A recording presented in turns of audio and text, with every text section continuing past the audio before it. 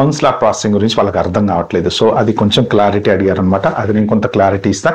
తెలిసిన వాళ్ళు ఎవరైనా ఉంటే మాత్రం కొంచెం ఇది బిట్ స్కిప్ చేసుకోండి, ఎందుకంటే మళ్ళీ మీకు చెప్పిందే చెప్పి బోర్ కొట్టించడం ఎందుకని. కౌన్సిలర్ ప్రాసెసింగ్ అని ఏంటంటే first of all the meaning for the counsellor processing అని ఏంటంటే మీరు ఎప్పుడైతే స్టాంపింగ్కి మీరు దానికి వెళ్తారో ఎంబసీకి, అక్కడ ఎవరైతే పర్సన్ ఆఫీసర్ అటెండ్ అవుతారో ఆయన మీకు మొత్తం చెక్ చేసి డీటెయిల్స్ అన్ని చూసి ఓకే లీగలే పర్లేదు వీడికి వీసా ఇవ్వచ్చు అని మీకు స్టాంప్ వేస్తారు.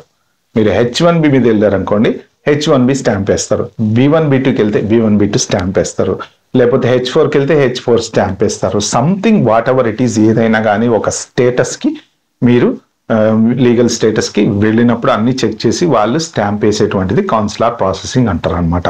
ఇప్పుడు COS చేంజ్ ఆఫ్ స్టేటస్కి ఈ కౌన్సిలర్ ప్రాసెసింగ్కి డిఫరెన్స్ అనేది చెప్తా మీకు. మీరు F1 OPTO స్టెమ్ OPTలో ఉన్నారు ఫర్ ఎగ్జాంపుల్, మీకు H1 లాటరీలో H1 పికప్ అయింది.